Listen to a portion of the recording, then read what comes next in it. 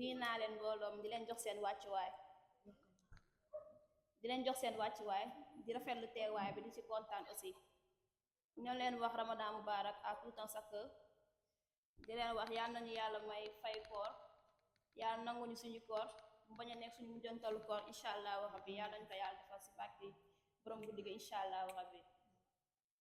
bii nag tey dañoo ñëwoon fii nii si benn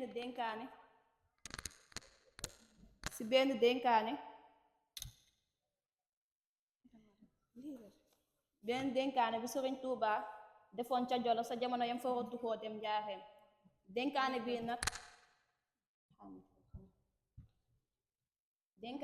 nag bi mu ko yónni gisee mu xam ne lii lu ñu war a tasaare la lu ñu war a yaatal la ba murit yépp ak julli ñépp mën caa jot ngir njariñ la amul fenn fu mu yam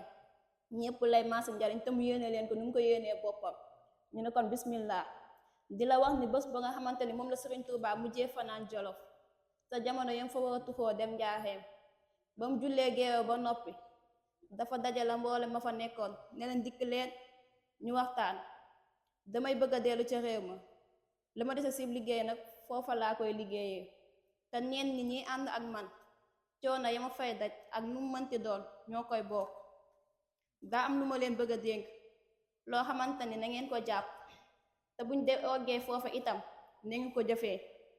sëriñ bi ne leen na ngeen ragal yàlla subhanahu wa taala na ngeen ragal yàlla subhanahu wa taala na ngeen ragal yàlla subhanahu wa taala ne leen dégg ngeen ko ñu ne ko waaw Mbàkke mu ne na ngeen nangoo koo topp moom suñu borom subhanahu wa taala